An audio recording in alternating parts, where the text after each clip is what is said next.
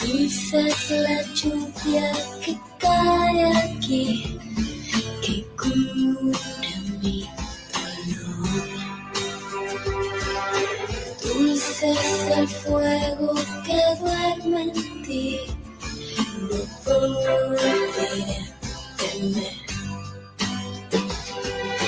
Dulce será partir para mí. Llévame para no olvidar.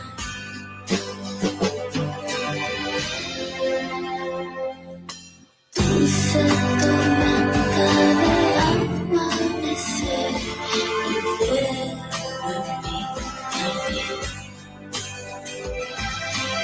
Dulce tu risa que queda atrás, se va por mi fe. Dulce será partir para mí. Llévame para no olvidar.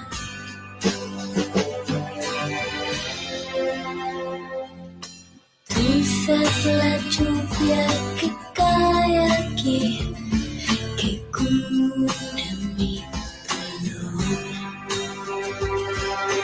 Dulce es el fuego que duerme en ti, no volveré a temer.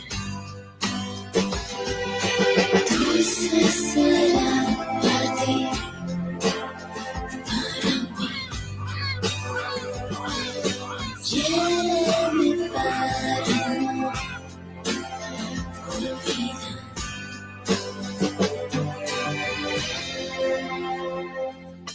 Dulce tormenta de amanecer, y fuego en mí también.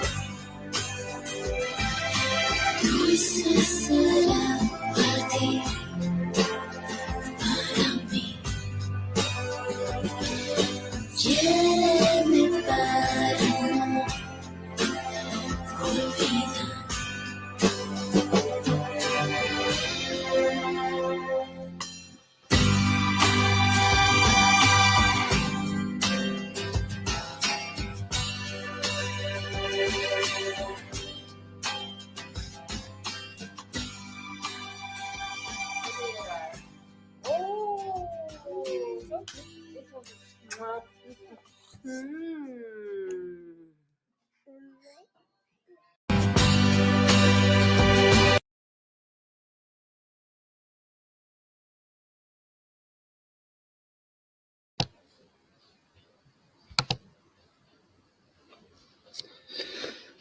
Hi everyone. I'm really tired and my palm just woke me up. I felt asleep quite late yesterday. I had so hard time to cool down because I was working kind hard to get my new website out. I have too many communication channels. I want one now from now on that can give everybody everything that they need, because I'm involved in so many projects, coaching so many like companies, people. So I really want to be there for everybody. I really do. I really care in everything I do. I care all the way. I truly do because nobody cared for me when I grew up. So that is something deep inside me. And there's a person that cares a lot for me. That I feel that I sometimes I take her for granted. It's my partner in life, the one that gave me two beautiful children. So this video was kind of a tribute to her, because I felt this. Sometimes I felt in my life, that during our relation, we've been together like almost 10 years soon. So, yeah, that like everybody that knew me, they thought I would never be with a woman like for constantly. But I actually managed to do that. I managed to find a partner that is amazing, and I have so hard time to talk about the feelings that I have, some of them like deep inside, that's what I do my videos, and mostly my writings, actually, my poetry is the way of expressing my absolutely deepest feelings. Now people say, "Oh, Eduardo, you talk about your burnout, about depressions, about all of that openly." Yes, but that's for me, that's not deep, my friend. We all suffer from depression. That is nothing that is for me something to talk deep about. It's part of life, You should not be shamed if you did a burnout. That can happen anybody any day, It's nothing to feel ashamed of. Of course, it hurts to fail in business, to fail in whatever you dream you have. It hurts. But that's part of the game. If you want to be an entrepreneur, you want to be a founder, you want to be a poet, an artist, or whatever, you will fail multiple times, my friend. That is what we do. So that you should never feel ashamed. I came to the conclusion that shame is actually the enemy, that is built inside by us. But now I want to talk about something deeper that I usually don't. I have a hard time to express, and that is to talk about love. To talk about being a father, being a good partner to your wife, to your husband. It's for all you young people listening in. Love is not like the movies. I can tell you. Yeah, in the beginning it is. It's like romance. You dance, you date, you go out to dinner together. But then you have children, my friend, and now you became a corporate. Now you're like the new LLC, the Familia X LLC. So that's what we became. So we went through all that. I was deeply in love with her. We were dating for some time, and the casual things happens, right? A lot of emotion. So she break up with me and said, this will not work, and I was very sad, and I started to cry. I still remember one of the breakups. I was like in Stockholm at visiting you and actually visiting my family relatives in Stockholm, and she was really angry at me on something I did, of course.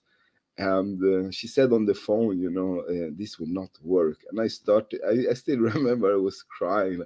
It was like puppy love again. Once I remember my first puppy love, I was like 17 or something, deeply in love with this girl. We were going at the same school, high school actually. So yeah, and then I cried a lot about that relation because that was also quite, but it was my first kind of feeling of being together with somebody, and you're a teenager, so you're still like all these emotions inside you, right? But when you're maturing in life and you had a couple of partners, and you meet somebody, then you know what you get yourself into, right?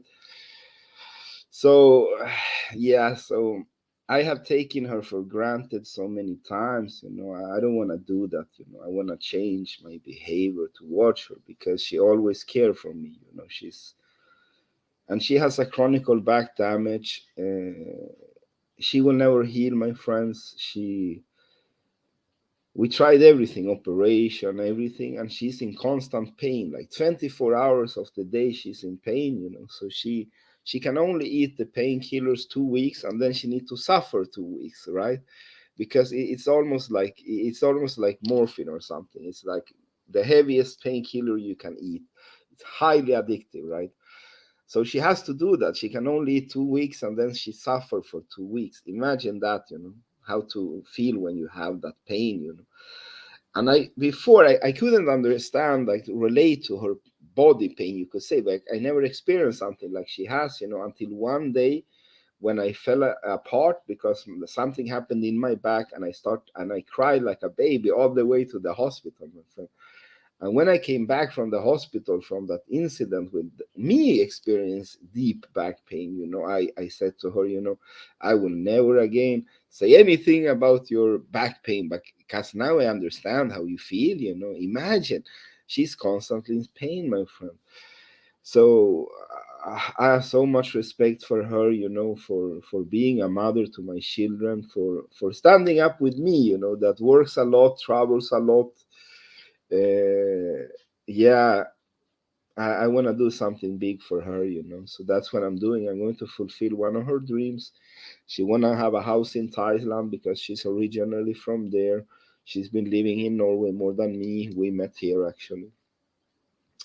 So I'm going to do that, my friend. I'm going to buy her a house in Thailand. Beautiful house. I want to give her something special, and I actually I'm going to propose to her and marry her in Thailand because she deserves that. You know, she always wanted that. I'm the only one that I don't do all that stuff. You know, for me, everything I do that takes away time from me for being me, and you could say doing my thing, doing the thing that I love to do, you know, to write, to coach, to start up, to be in the front line of the fire, being a founder or co-founder or whatever type of thing I'm doing, you know. But it's all about action. I'm an action man, my friend. So doing anything that takes time from that, you know, is something that I have hard time to do, you know. So for me, a wedding is something like you need to plan it, my friend. If I do something, I do it all the way. So if I do a wedding, my friend, it will be the wedding of the year, I can tell you. Not in form of budget, I can tell you, but of experience. I want people to say, you know what, do you remember Eduardo's wedding? Something like that, you know. So it's going to be in Thailand, in Buriram. I'm going to fly in all these people, relatives. It's going to be amazing. You're all invited to come, my closest partner, business partner, friends, people I support, you know, in the organizations. Africa Unite, the Jewish entrepreneur, people in Founders Institute. Or yeah, I'm involved in a lot of things, right? I want my people to come to my wedding, my friends. So why do we take each other for granted in a relation? I think it has to do, you know, as the years pass and you're constantly living with each other, you know. So it comes by the nature of being together 24/7, almost, you could say, that sooner or later you start to take each other for granted. Now that is where most relations fails, my friend, because once you take each other for granted, the magic disappears, my friend. There's no magic about it anymore, you know. It just becomes two humans sharing something, and you're constantly with each other. So you're, of course, you will annoy each other sooner or later. And I'm a man that do a lot of irritating things for her, I can tell you. I should do many things that I don't, you know. I should help out to clean more. I'm really ashamed of that. I really want to change my ways, you know. But like I said, I'm so spoiled as a person, you know, like working with my passion, you know. So for me, anything I do, I need to clean the house or stuff like that, you know. It's so hard for me to do because I'm constantly in something that I love to do, you know, like the writings, the coaching. So I feel ashamed about that because I should be more present with her on that, you know. So at least I done sometimes is that I had people that I pay come to clean the house once a week to relieve her, you know, because of her back pain, you know. I don't want to see her suffer, you know. But what I do, my friend, that I take pride of is that I go and buy everything we need in the house, my friend. It doesn't matter what weather it is. If something is there missing fridge on the food, my friend, I will go out. If my children are missing clothes or whatever, I will go and buy that immediately. The same goes for her. If she's missing something that she needs as a woman, I will go and buy it, my friend. So that is what I love to do, you know. I like to provide in the way I do it is that I fix stuff, you know, at home. I fix whatever needs to be fixed so my family can be happy. But including that is also cleaning, right? So I need to improve on that. I need to do, my friends. So the video I played is called around number 13. That is for me is my lucky number. I will play the video again if you missed the video. So then I will tell the story about 13 actually. 1 second, let me add it here on the screen. Love is a beautiful thing, my friend. Love is amazing.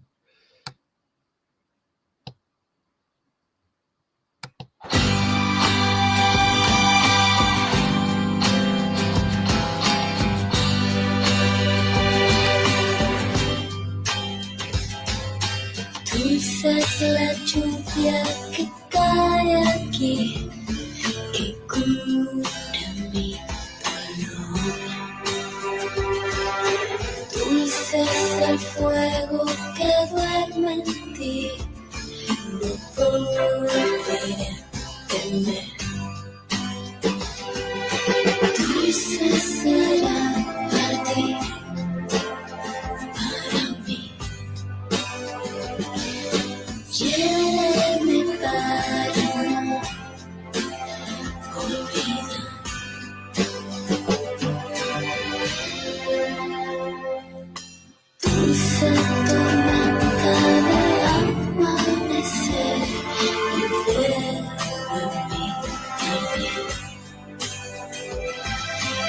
Dulce tu risa que queda atrás, se va por mi fe. Dulce será partir para mí.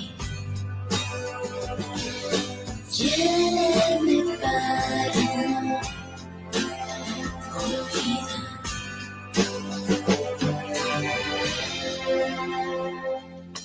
Dulce es la lluvia que cae aquí, que cura mi dolor.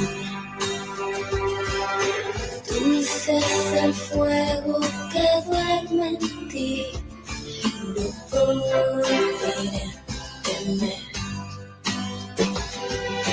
Dulce será partir para mí. Lléveme para no olvidar.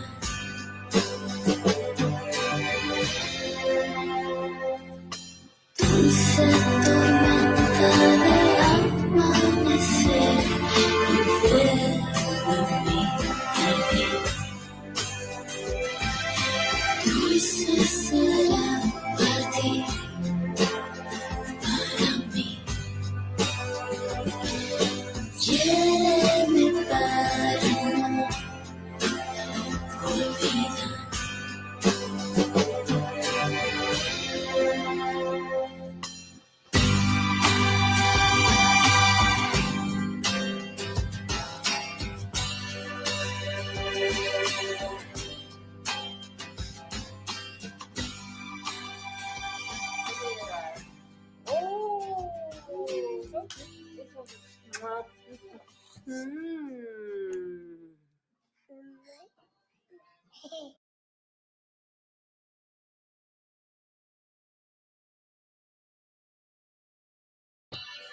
Love is beautiful, my friends, isn't it?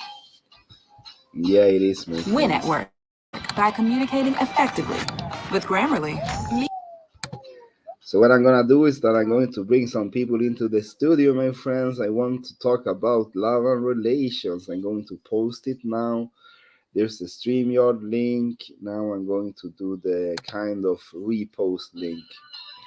Let's see here. My friends. Give me a second. Have some patience. Win at work by communicating effectively with Grammarly.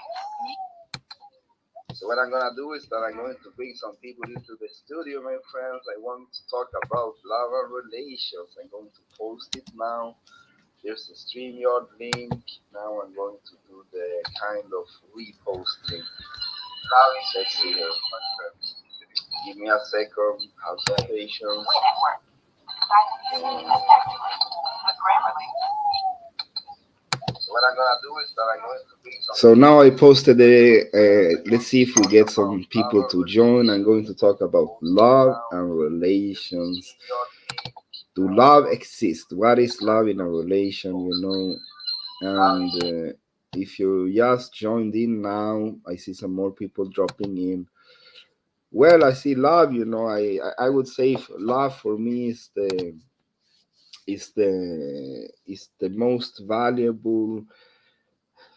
It's not even an asset. I would say it's the most amazing experience you can feel in life, my friend. It goes beyond any experience. I would say the love you feel when you have your first child, my friend, or any child that you have, is something holy, my friend. It's so hard to describe in words. I can't describe, but just thinking about having Isabella and Nicolas, it was like, I still remember it was something amazing, because Nicolas, he was born like 1 month before Isabel. And yeah, I remember we were living in the middle of town in Oslo.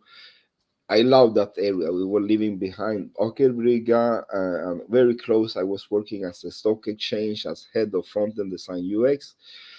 And I love to live there because I could walk to my work, and I passed through all these amazing areas and buildings and the sea.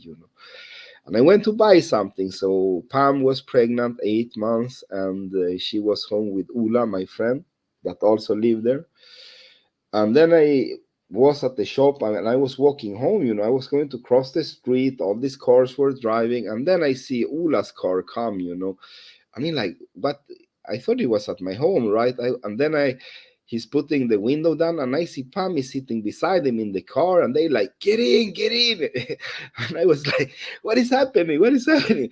And like, Pam like really called me, like, you're becoming a dad. I was like, I jumped in the car. The adrenaline started to pump in my body, my friend, and he was like driving, speeding to the hospital because, and I was like in my head, it's like 1 month left, right? It's 1 month left. I couldn't drop that. So we come to the hospital. They rushed her to the room. And I was so worried because it was still 1 month left. And Nicolas came out 1 month earlier. And when he came, that his little body, my friend. Yeah. Oh my God, it was such a rush. I started to cry. I wanted to scream. I started to laugh at the same time. And what happened was that in the rush that I had of seeing my son for the first time, holding him, I reached for my phone to call my mother. So I forgot that she was dead. Yeah. That is how deep I felt. So I would say that was the ultimate kind of love experience I had in my life to this very day. The beside, I'm not talking here about the romance part of love because we all know that, we see it in the movies, we all experience it. Hopefully, sometimes in life we feel deeply in love with somebody, and then we get together and we get children and marry, all that. I experienced that too, my friend. But now I'm talking about love generally, what I consider love. It's something more than that romance. And yeah, coming home with Nicolas, it was hard because I have neglected my mother for a long time, to not think about her, because that's a wound that has been open so a long time for me. How she died, her death around it, and everything when I was 22. I still can't look at a picture of her like I wet my eyes. Like maybe I don't cry, but sometimes I can fall apart.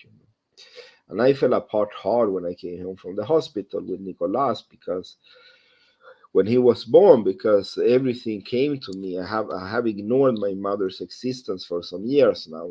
So it was so hard. And I had to do what I did when my mother died, as I had to hide in the toilet and cry, because I don't want to worry people around me, that I'm having maybe a breakdown, or something like that. People are always expecting that I'm so strong, and Eduardo is the fighter, the warrior. So but I'm just a human, my friend. I'm just a human. I know how to give a good beating. I can take a good beating. Yeah, that is for sure. I'm a warrior. Yeah, I am, but I'm a human also. I'm a human also, my friend. I cry. And second time I felt that experience was with Isabel. Now everything was okay. It was the 9th month. So Isabel is coming out, is going to arrive. So that was like, it was the same experience, like rushing to the hospital. Like my whole world was like, wow. I was like, oh my God, it's happening. Again, it was like I thought that I was like, now I'm trained to have children, but I was not, my friend. It's just everything was like like day one, square zero again. So we come there, and what happened is that Isabella, oh my, so sorry, she's calling actually. Vasher,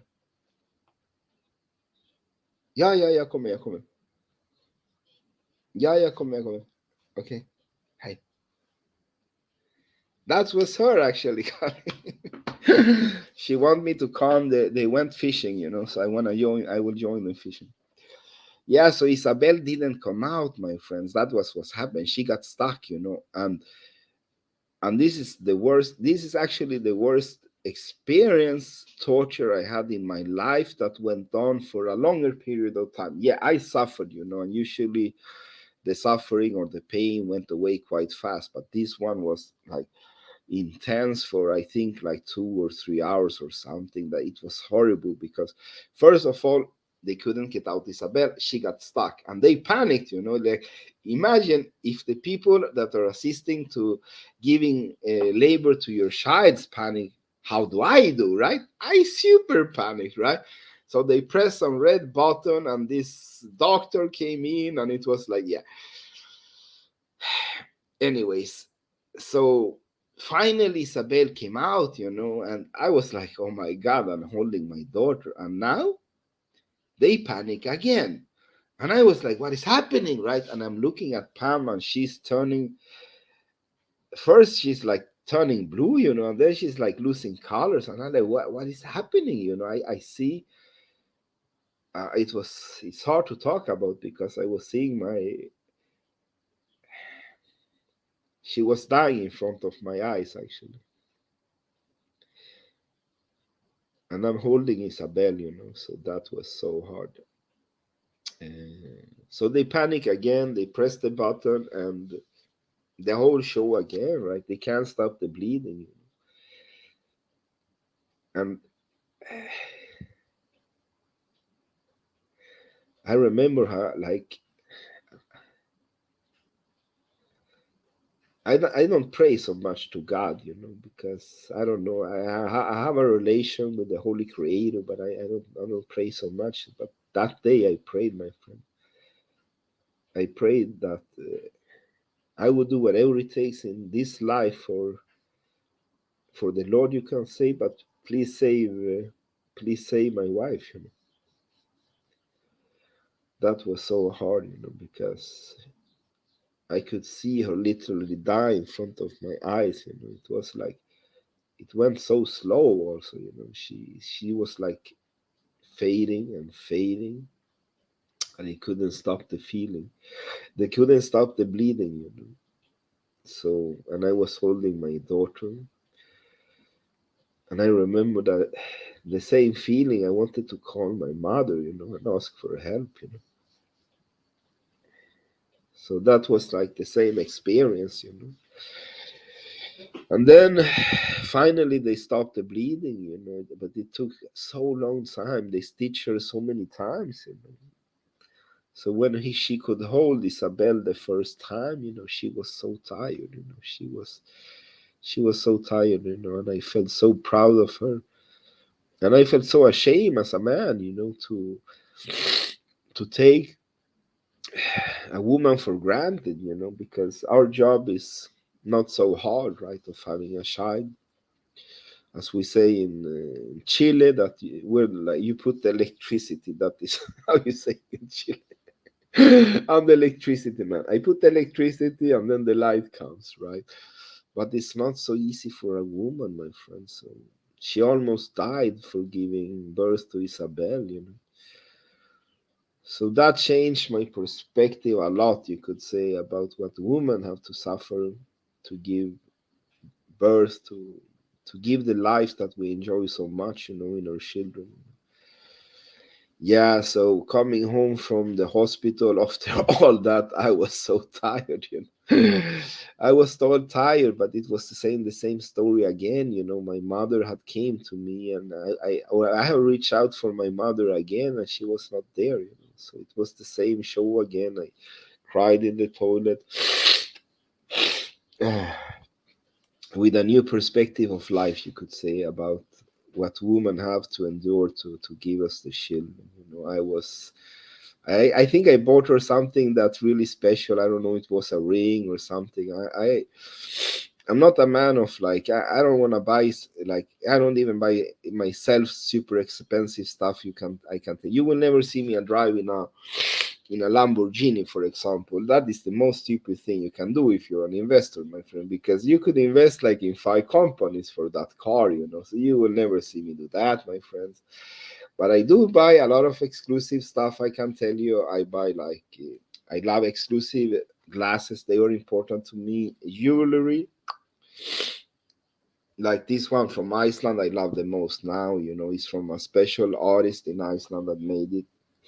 quite expensive, but you know what, I think I deserve to buy some stuff, right? Because like I told you, I don't own a boat, a yacht, I don't even have a car, my friend. I go public transportation or taxi. I don't like cars, I have to be honest. I don't like the smell of gasoline, all that. My father traumatized me when I was a child to help him in the garage. Yeah. So I don't like the smell of garages and cars at all, my friend. Maybe I will get a driver, I think. Like that, that's it. That's it, you know. But not having, yeah, I will have the car, but I will have somebody to drive me, because if I drive, how can I work, right? That's what I do, taxis, because then I can work and they drive, right? I prefer the taxis actually, because I'm a workaholic, I admit it. So when I want to talk about relation, love, and taking each other for granted, I want to add to the top of that, I want to add something called yeah, living your passion, you know, being a workaholic. How do we handle that, you know? Like, how do we have a partner that is understanding?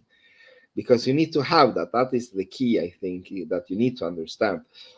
You need to have an understanding partner. Either your partner is having their own passion that they're like going for, and then what you do is that the only thing that work, I can tell you, that I have seen is that you need to take shift, you know, for being the super present parent and doing all the everything, buying stuff and cleaning, whatever you need to do, you need to do the shift. So the best method I seen was a couple that did 2 weeks each, right? So 2 weeks you have the responsibility, that's it, and then you need to slow down on your workaholism.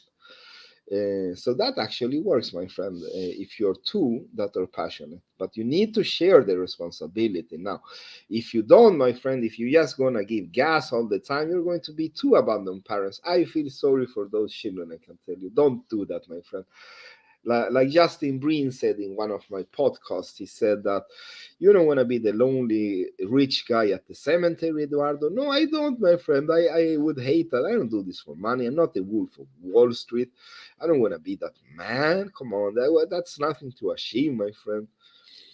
I want to be loved by my children. I want to be hailed by my people, you know, that I helped in life, you know, to tell the stories about me, you know, how I could help them through what I can do for them. You know, I love to help people. So that's one way to handle that relation. You need to take shift. Now, if you don't have a partner that has a passion for something in life, they just go to work, they leave the matrix, and they like that. I respect people living in the matrix. No problems with that. If you're happy with being in the matrix, in the part of the machinery and not making your own reality, I respect that. But that is a thing that is really, really necessary. You need to have a serious talk with your partner and tell them that this is my passion, right? So I will never be like you. You need to explain to them that you will be totally different than them. So what you need to do is that if you don't do that, my friend, you will suffer a lot, because they will try to drag you into the matrix. Okay, now we eat. It's 6 o'clock.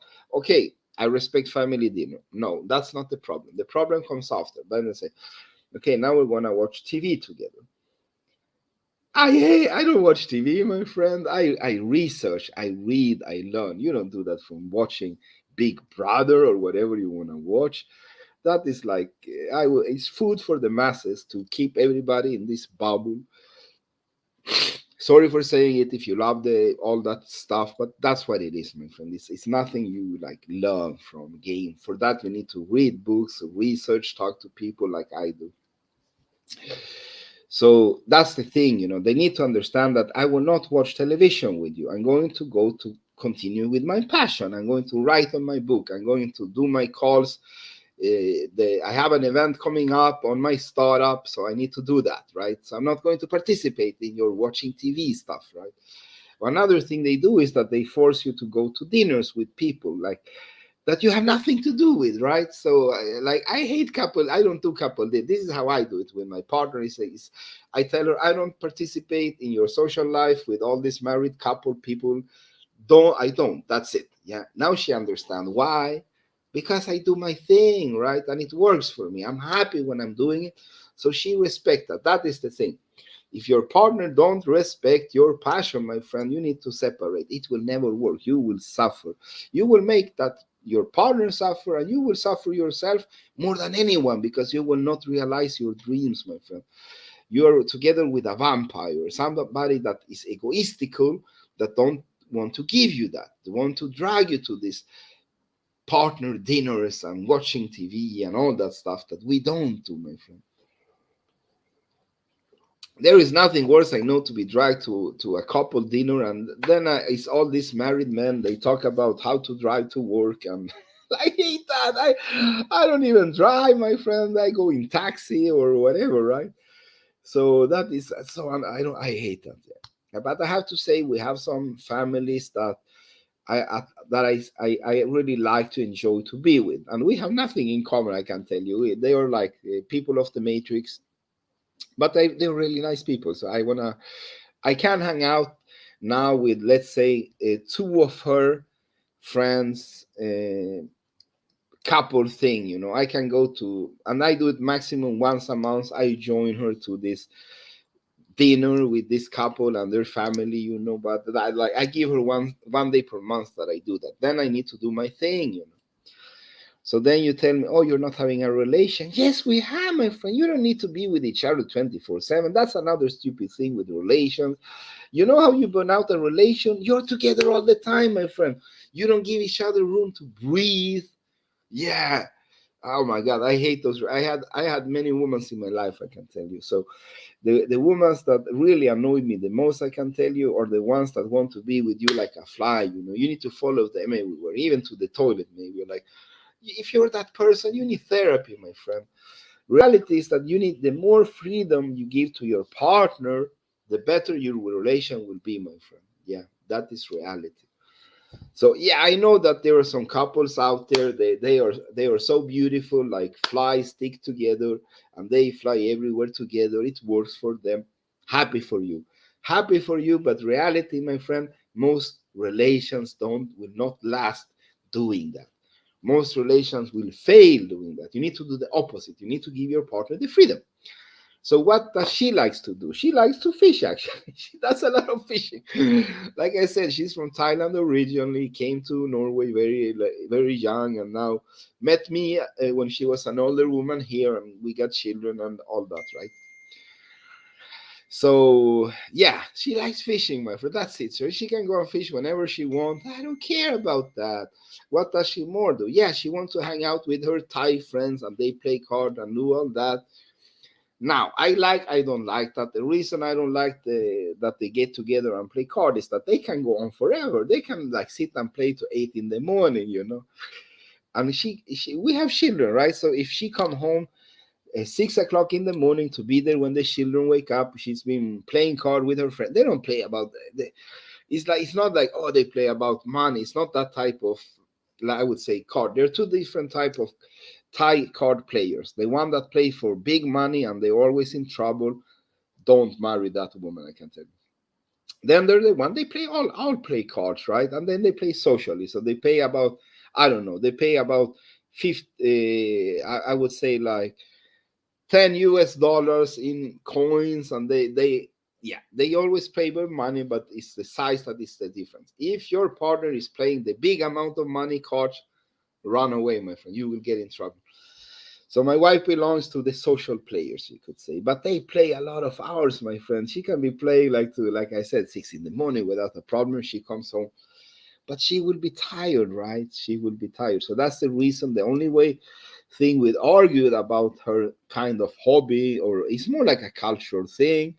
They do Thai people, because we do the same in Chile, my friend. We have a party. The party never ends, my friend. We can continue in the morning, I can tell you.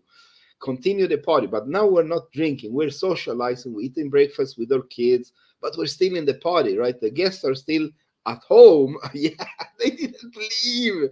Maybe they leave after 2 days, my friend. That is how we party, my friend. We know how to party. Latinos, Latinx, whatever they say.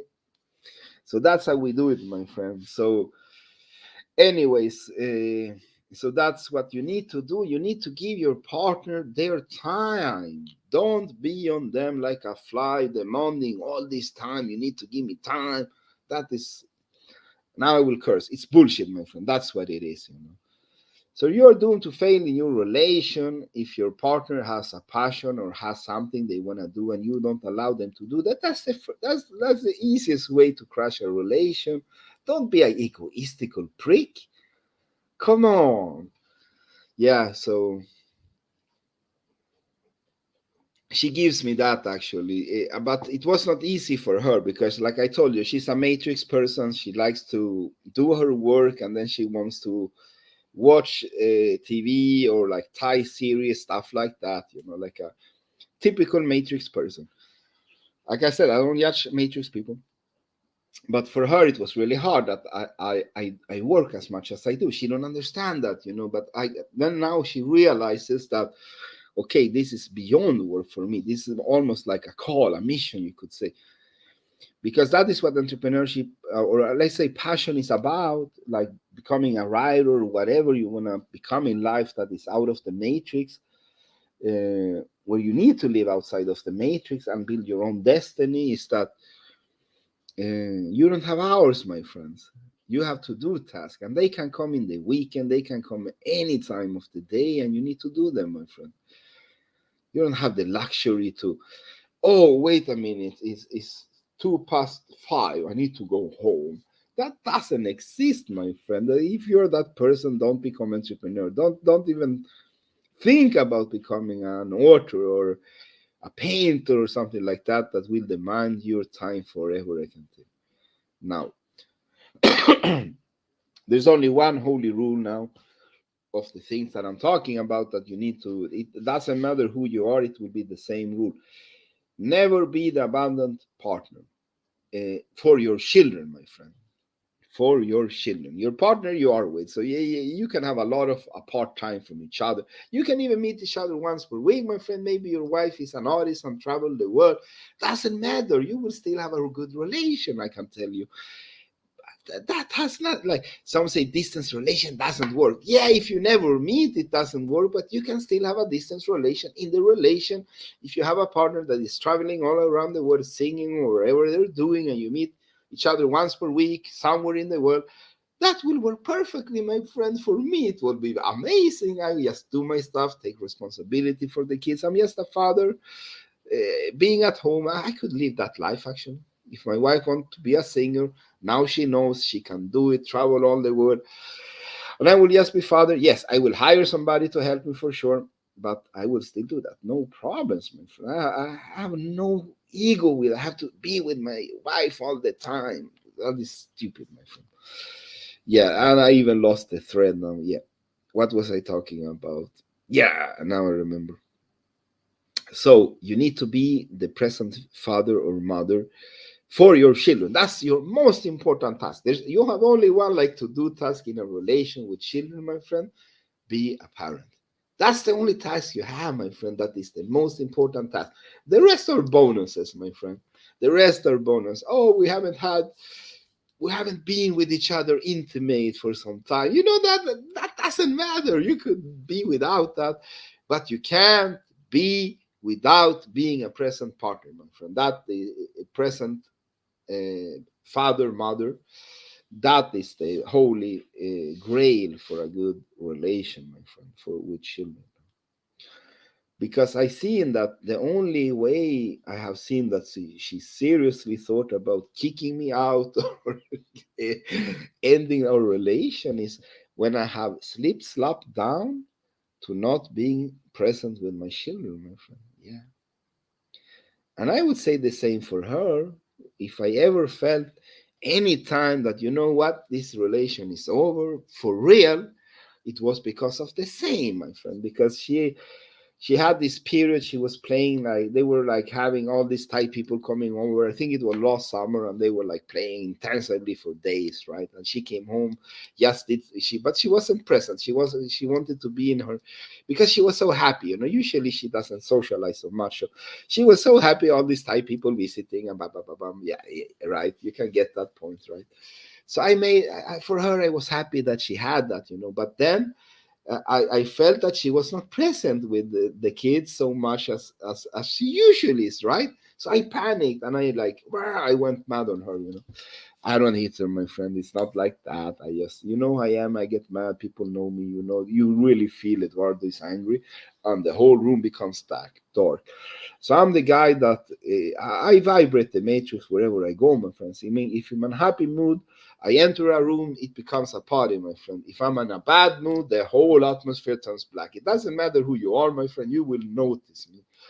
So I'm trying to be very careful of doing that, you know, that the gift or whatever, even maybe it's not even a gift, maybe something annoying, I can tell you, that I affect people's mood. When I'm in a mood, I affect them. So she understood, you know, okay, Eduardo is annoyed at me now, right?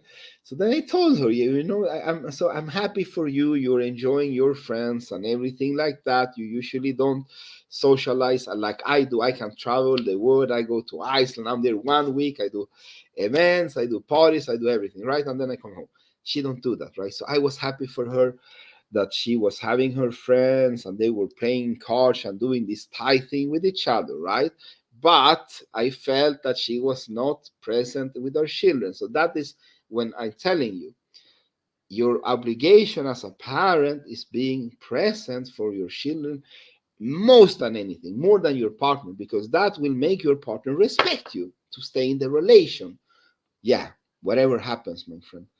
Nobody wants a partner that is abandoning the children, my friend. That is the worst thing. That's a death penalty where I come from, you know, from Chile, in Latin America. I would say any continent where you have a lot of heat, family culture. I would say Italy or whatever, right? That's how we play it, my friends. That's how we play it. It's built in our DNA. I would even claim, you know.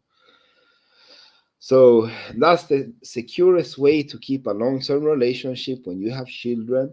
Put priority on the children first. I know these couples that are like doing the opposite. They do everything to not be with the children but with each other. Now that's a couple that I don't tolerate them. So I don't. I would not even go to dinner with that couple. You know, like they live only for each other. They still love each other. That's a beautiful thing for them. You know, but they only want to go to the dinners, the opera, and they don't care about the kids. My friend, I don't tolerate that. If you're doing that shit, don't do it, my friend. Behave. It's not about, I mean, come on, your romance was over once you had a child, my friend. You don't need that. You're not like this. I don't know what movie you watched that made you think that that is life. Let's say Dirty Dancing or something, maybe. Yeah, in the beginning of the relation, it is, my friend. But now you have children. It's all about them. Get that to your head, my friend. Yeah. So, yeah, that people annoy me, my friend. Yeah, so it's all about the kids. That's it. You know, that's how you keep a relation happy, my friend. You step up as a parent, as a father, as a mother. So I spend a lot of time with Nicolas, actually more than Isabel, because like I said, Nicolas was born 1 month earlier than Isabel, and it's been hard with him. I can tell you, they say he has autism slash ADHD, where the autism is the stronger than the ADHD, you could say. But let's say like this: he was around 4 years old when we came to kindergarten, and I told them that I'm drowning. You know, I'm drowning. He was having like 8 outbursts per day. You know, like really strong one, and he screams. You know, you when my son screams, the whole world stops. The whole room stops. He's like me. He affects rooms. He affects people around him. Everybody will notice him for sure, like just like his father, you know. But he has even more energy than me, you know. So when he gets angry and he starts his screaming, you panic, you know. You drop whatever you have. You just want to get him out of that zone. You know? You want him to stop that angry, stop the anger and stop the screaming, right? That is what you focus on. And he was having 8 per days, you know. And at the same time, I have lack of D vitamins. Yeah, I got this. This year I didn't get it, but I got it usually like every year. I get really super tired. I have to do my thing. And Pam is having her back issues as always. She has a chronic back damage, right? And imagine Nicolas on top of that having 8 outbursts per day, big ones, and he's like throwing things. He's 4 years old. He's like, I'm gonna put the house on fire. And you're like, how can you say that? He's 4 years old, right? So I went to kindergarten, and then we got in contact with some people that started to help and coach us. So I'm happy we have went down to, let's say, maybe he has like small outbursts now, not like before. And now he has one major per day, I can tell you. And usually that is when he hyperventilates when he come back from school, because in school he doesn't show it.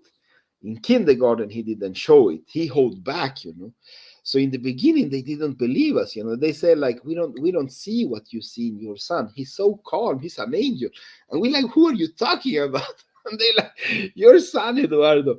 And we like, are you kidding me? So then they said, maybe it's about you, the parents, that we were maybe not good parents. Now, you don't say that to me, my friend. I slap these people like left, right, up, down. I just let them know. You don't talk to me like that, my friend. So yeah, they get like, oh my god, yeah. Don't take shit from nobody. I don't do that. Why should I? I don't give people heat. Why are you giving me? Why are you disrespecting me? Saying maybe I'm lying or something. That's what I told in their face. They get so scared. I was like, are you calling me a liar? They like, they don't even know. Probably they never met somebody like me, my friend. These municipality people working for the government. Yeah, so what I did is that I recorded Nicolas' outburst and then I showed them. Now, I remember the reaction, my friend. They could not believe that. They said, you need real help, my friend. Yeah. They look at me like, you really need some help. Like, oh my God. So, yeah. So that is what happened. We started to get this help from these people. Not so much on Nicolas, because in Norway they don't do any labeling on children until they're like 6 or 7. Now I think that is good. I hate labels, because that is the most stupid thing we have today, is these labels, because they have conditions on children. So we should talk about the condition, not the labels. Anyways, so we got help there how to maybe handle him, because they were not sure what he has, right? So that helped a lot. So now he's 7 years old. So 3 years we have been back and forward. COVID came in between. That was so hard to do. But anyways, with the changes we made in ourselves, as how we relate to Nicolas and his conditions, we actually went down to, like I told you, 1 or 2 big outbursts per day, coming from 8 per day. So I feel so happy about that, because I love my son, and I know it's his condition. It's not that, oh my God, my son is a annoying kid or whatever you might think, right? Spoiled child. He don't even remember the outburst. That is the most like I didn't know how to handle that, because I said, how could you do that, Nicolas? How could you say you're going to throw yourself in front of a car? He did that. He was only 5 years old when he said that the first time. I remember, oh my God, it was, yeah. I cried a lot, my friend, because of not knowing, how to handle my son's situation. His his outburst, it was so hard for me to handle. So I cried a lot during these nights, that I wanted to be happy. Like I didn't want to show it to people. I have it still today. I only mentioned, I think, only one time in my podcast. It was with Nicole P. Jones, that I went deep and talked about my son's situation and how I feel inside. But it was hard, I can tell you. To this day, it has been super hard.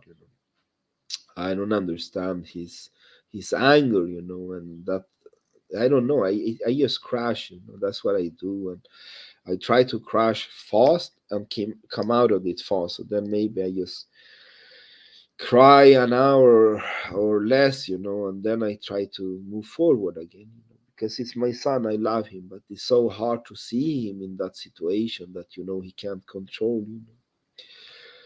And then the bullying started. That was the thing. I was so afraid of his first school year because of the bullies I've experienced. And he's my son, right? He's like me, you know.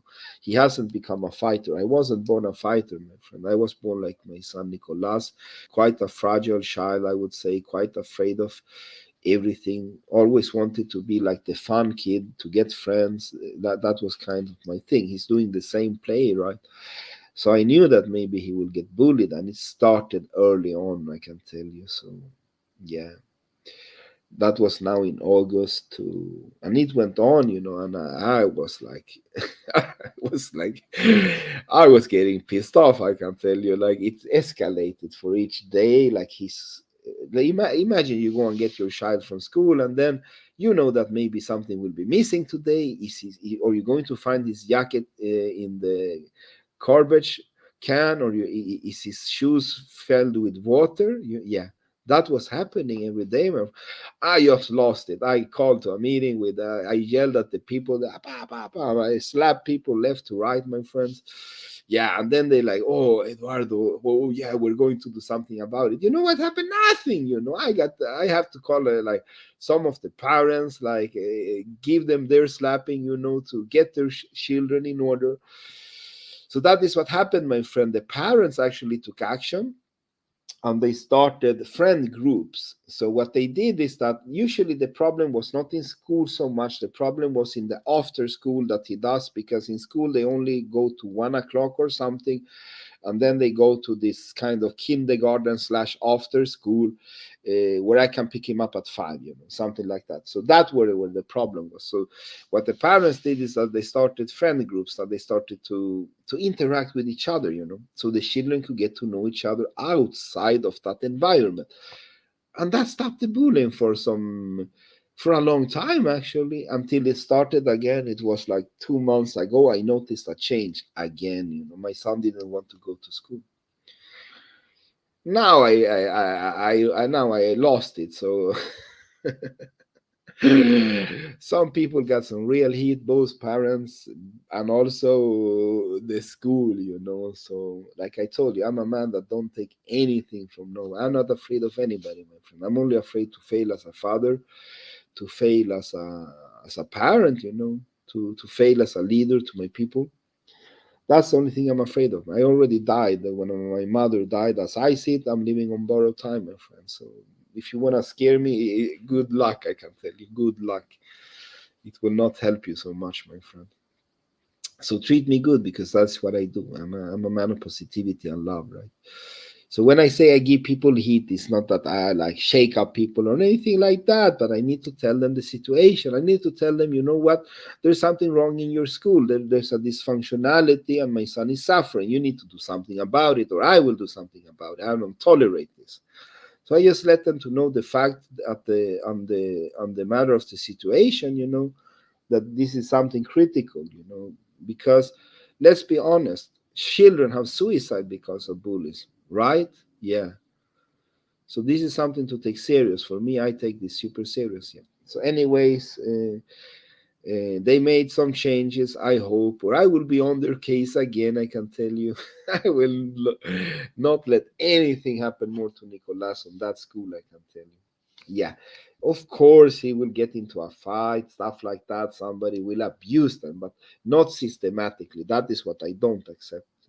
When it's systematically, it happens every day, my friend. Then I will punch you in the face, not with my fist, but you know what I'm saying. I will put a stop to it, my friend. I'm the man that does that. I'm the action man that people come to solve problems. You know, that's what I am. I have become a problem solver. So I hope my son can toughen up from like I did, and because he has the skill I have, that he influences how people feel by just being himself, you know, and having this high energy. I wanna coach him to become a leader of positivity, you know. Yeah, because that skill, that lead natural born, I would say Jim Collins call it for level 5. If you have a level 5 natural born leadership skill, it means you don't understand why, but you can lead people and you can affect people's feeling. If you have that as a born gift, if you're not coached to walk the positive path, my friend, you will become one of the dark leaders. And now that's who are we talking about? I'm talking about Hitler. I'm talking about all these leaders that were natural born, probably, that used their skill of making people believe the wrong way, my friends. I want to coach my son to be a leader of light, like I try to be.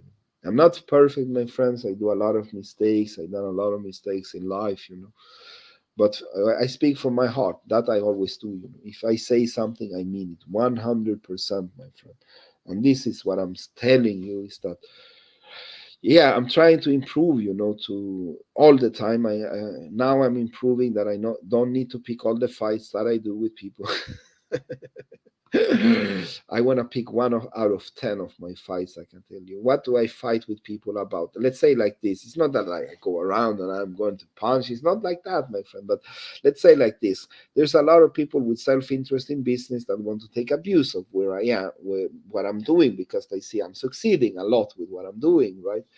So maybe they want to take advantage of that. And I'm the guy you don't take advantage on. I will let you know. So then I let them know, right? Maybe they, for some reason, want to try again, or they want to fight me because they get offended that I tell them reality in the face, that I'm seeing their scam, I'm seeing what they're trying to do. Please don't do that.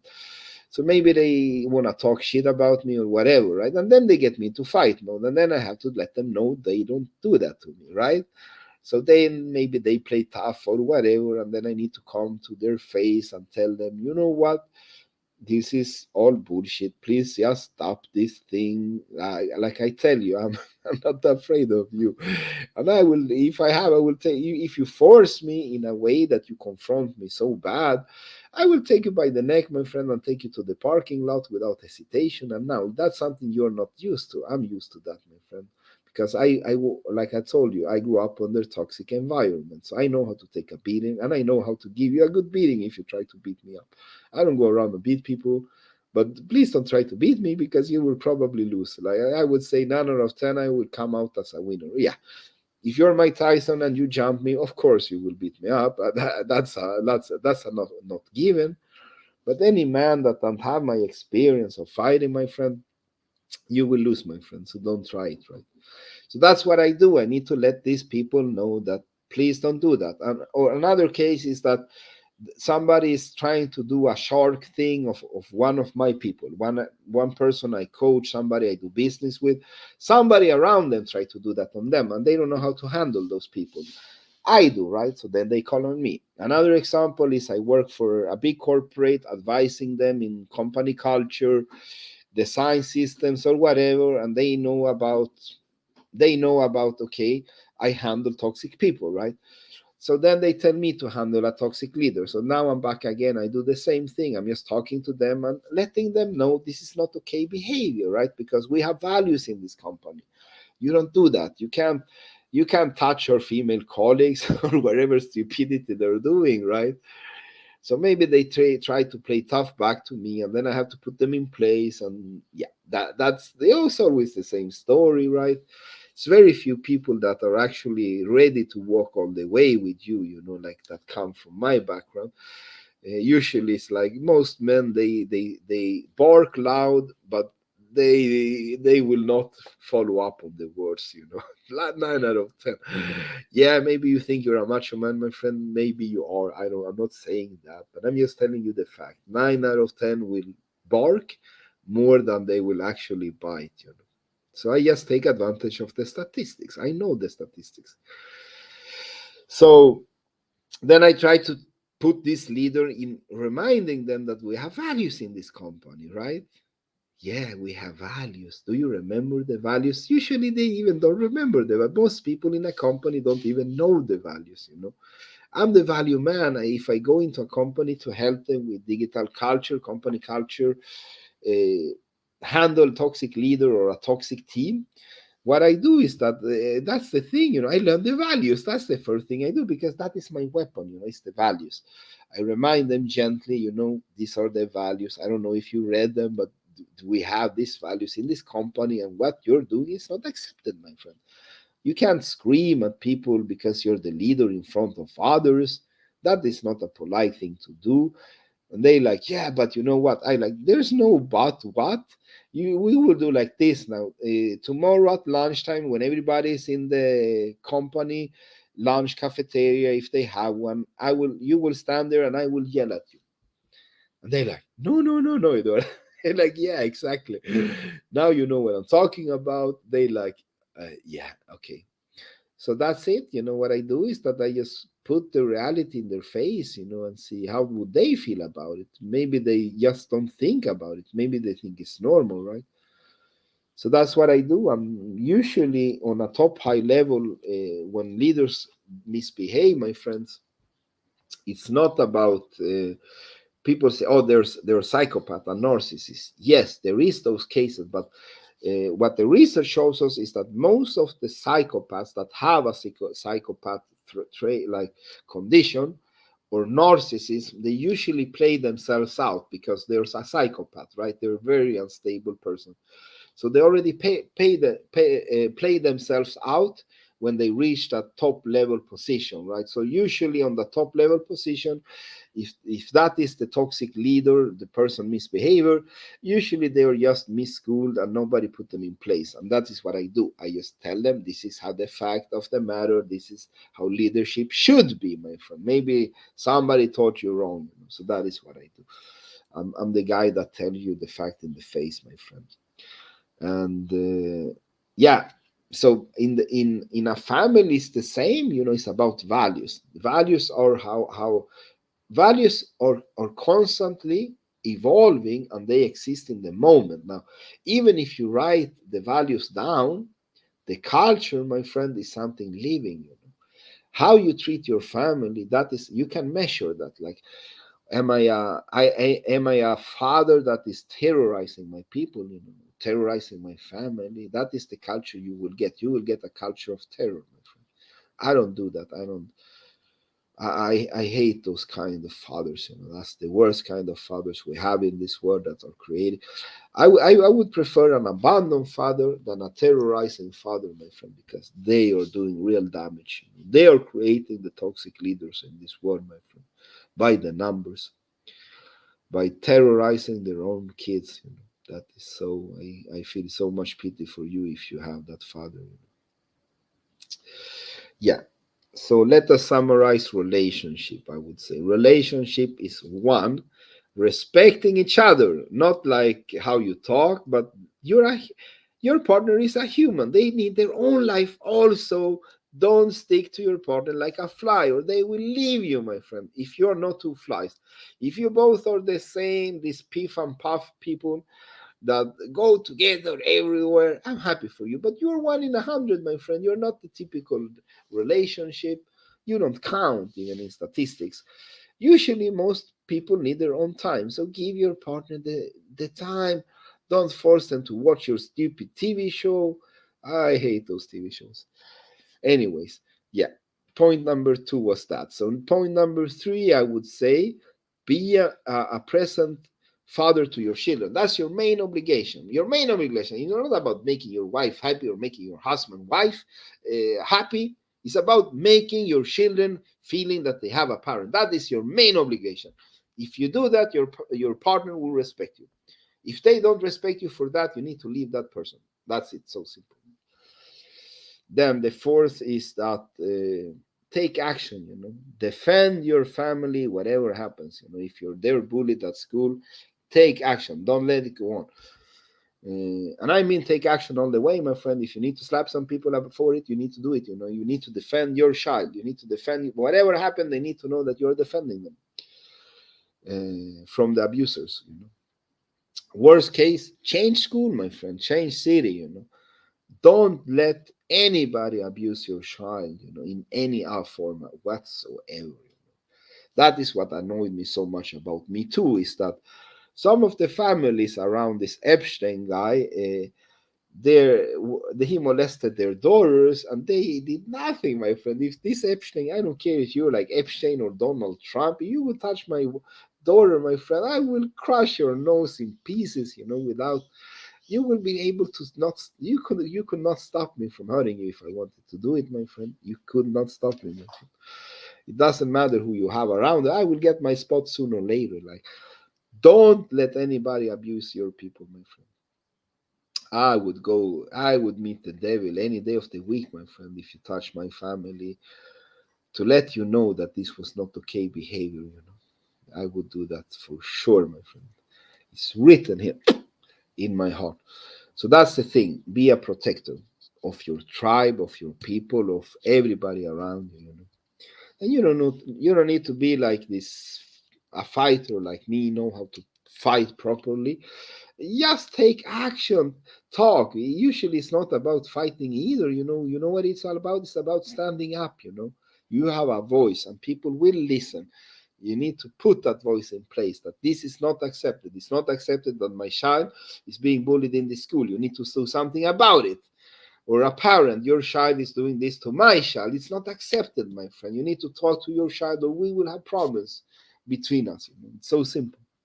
Don't take any abuse at all. Yeah, that's it. I'm going to play the video again. I want to tell you, Pam, thank you for being in my life. I don't know where I would have been without you. I know that I haven't been an easy partner to live with. I know that, but I also know that I try my best. I know that you will never miss anything as long as you're with me, my friend. You will never miss a day with missing food on the table. You will never miss something for the children that they need, And I will try to be a more present partner to you. I will try to maybe go to more of these couple dinners with you that I that I hate. Most of all, I'm going to marry you in Thailand. So I'm giving you the house that you want, So yeah, that's it. Like I said, I have hard time to talk about feelings sometimes. This is a topic I have a little hard time with. So I'm going to play the video again. Pam, this is for you. Thank you for being in my life. Now I'm going to, she called me. You remember that during the podcast, she told me, come to the Stones. I'm going to buy some nice food for her and the children. I'm going to meet them fishing. I will bring my phone so I can work while they fish. Something like that. But I will play with the kids if they want to play with me. But now they're so big. That's another thing. Your children start to ignore you after a certain age. They found things that are more interesting than their dad, actually, right? So I'm there now, and it's hurting me. Like, I feel so hurt inside. I want to cuddle them. They don't even want to cuddle anymore. They're like, get away from me.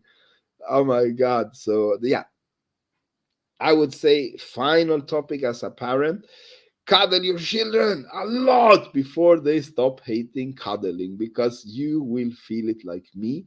If you're a cuddly person, you will suffer like I'm suffering.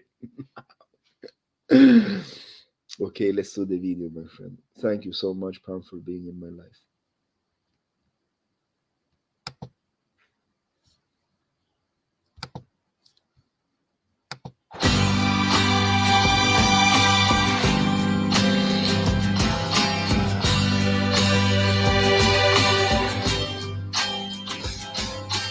Dulce es la lluvia que cae aquí y cubre mi dolor. Dulce es el fuego que duerme en ti, no volveré a temer. Dulce será partir para mí. Llévame para no olvidar.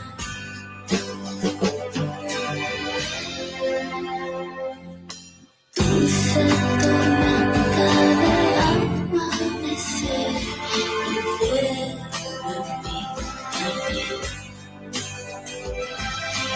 Dulce tu risa que queda atrás, se va por mi fe.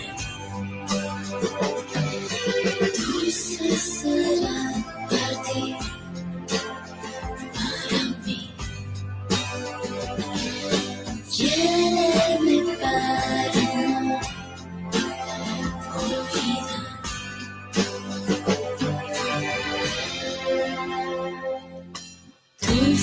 la lluvia que cae aquí, que cura mi dolor.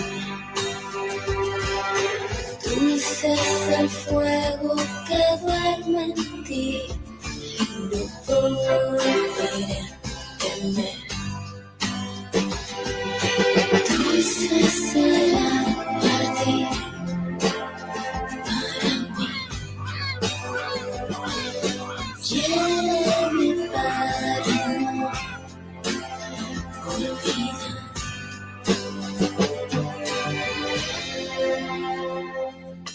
Dulce tormenta del amanecer, envuelve mi alma. Dulce será partir para mí. Llévame para no olvidar.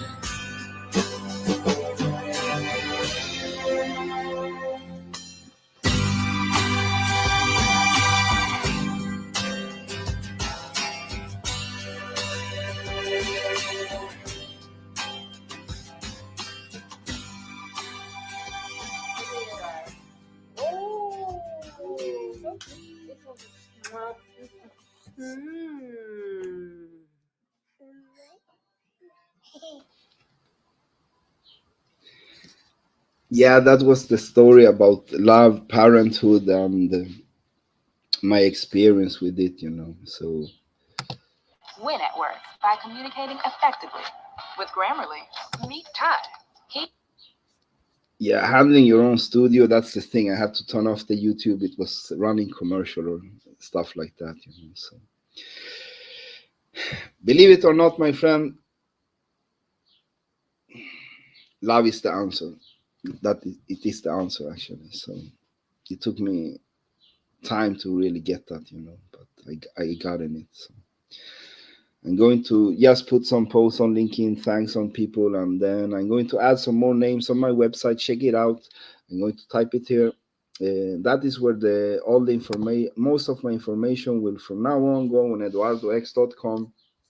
So if you really want to follow the action, go to eduardox.com. I know I have been very active on LinkedIn, but I have too many projects. I'm supporting too many initiatives. I'm investing in 6 companies, you know, that I need to help to scale. There you have it, eduardox.com. Just type that, go to my website. I will add some more people that I collaborate with. I didn't have time to add everybody, Brian, Nalinava, Tanima, you know. I've been working with the website yesterday all day, you know, so I really wanted to push it, you know, so I need to add more people because like I said, I don't consider myself a businessman. For me, business, that is what I do. So that is a to-do task. I have to do profit. Profit for me is a to-do task, but that's not ambition, my friend. I'm a relation man. I build long-term business or venture or spiritual relations with people. That is how I do my operation, you could say. So relation, man, that is what I am, you know, trying to create good relations. That's how I do it. That is how I play out my business.